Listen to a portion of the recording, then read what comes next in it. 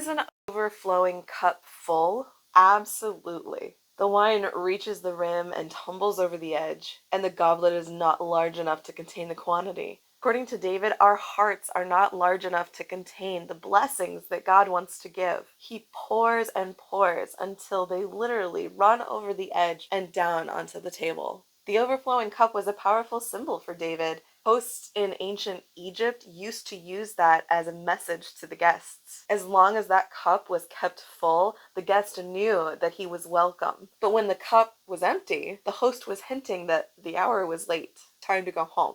On those occasions, though, where the host really enjoyed the company of the person, he filled that cup to overflowing. It didn't stop when the wine reached the rim, kept pouring until the liquid hit the edge and ran over onto the table. And that's what we're going to talk about today. My cup runs over, so let's get into it.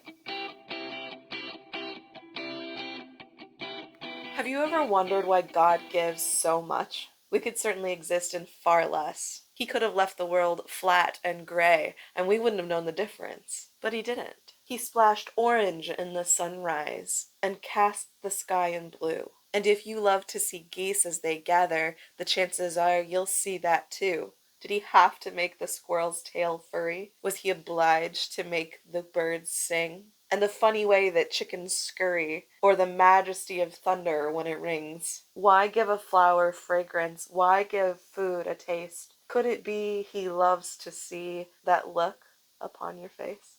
Sometimes we give gifts to show our love. So how much more would God give? If we, speckled with foibles and greed, still love to give gifts, how much more does God, pure and perfect God, enjoy giving gifts to us? So the next time the sunshine steals your breath away, or a meadow of flowers leaves you speechless, remain that way.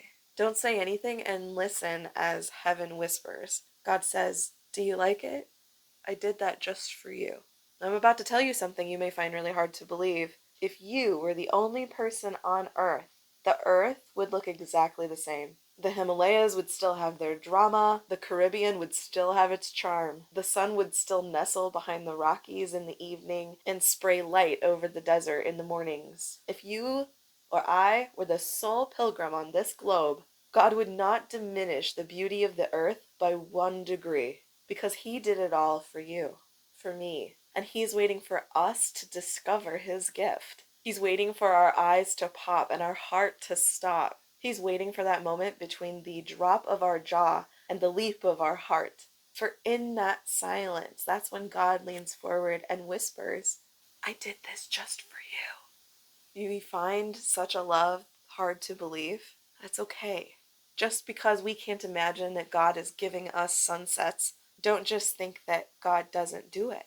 God's thoughts are higher than ours. God's ways are greater than ours. And sometimes, out of his great wisdom, the Father in heaven gives us a piece of heaven just to show us he cares. I hope your cup overflows this weekend with God's love, grace, and mercy, and that you always feel welcome as if God wants you there. Thanks, guys, and God bless.